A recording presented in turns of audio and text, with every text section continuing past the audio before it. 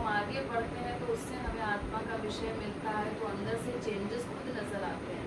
फिर महाराज जी कहते हैं कि धीरे धीरे लगन लगेगी तो अपने आप फील करोगे कि आंसू भी आ रहे हैं, रूप ध्यान भी हो रहा है महाराज जी की कृपा से, थोड़ा सा प्रयास करने से उसका जो रस मिलता जाएगा वो शरणागति से। जितना जितना आप महाराज जी पे विश्वास करके उनकी फिलॉसफी का रिवीजन करते जाओगे और जैसा उन्होंने साधना का तरीका बताया प्रैक्टिकल आप करने की कोशिश करेंगे तो वो अपने अंदर चेंजेस आपको खुद मिलेंगे कि पहले हम कहाँ थे और महाराज जी ने कहाँ ला के पहुँचा दिया।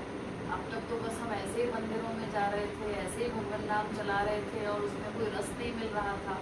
रस मिलेगा कैसे? अभी तो उनसे कोई नाता जोड़ा ही नहीं है हमने, और उन्हीं से हमारा नाता है। जब ये बात समझ में आ जाएगी तो महाराज जी कहते हैं वो हमारे सर्वस्व है, हमारी आत्मा के सर्वस्व तो वही है, हमारे माता पिता बंधु प्रियतम पुत्र सखा सब कुछ वही है, हर नाता हमारा उनसे।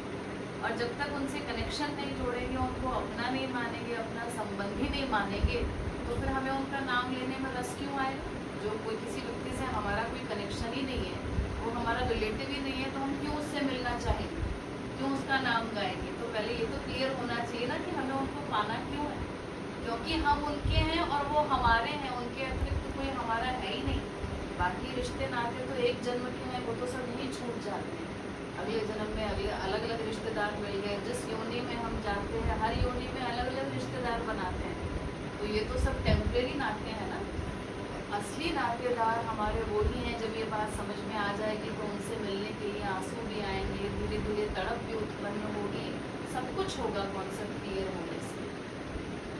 बस अब आप आँख मूंद के चलते रहो, अपने सौभाग्य पे बलिहार जाओ कि आपको ये मार्ग मिला, महाराज ने अपने पास तक बुला लिया, अपने धाम में भी बुला लिया, सत्संग का भी आपको सौभाग्य दे रहे हैं, आपके पास साधन भी है, ऐसा भी नहीं कि दूर से आने में कोई दिक्कत है, आप तो आराम से आ सकते हो, बच्चों को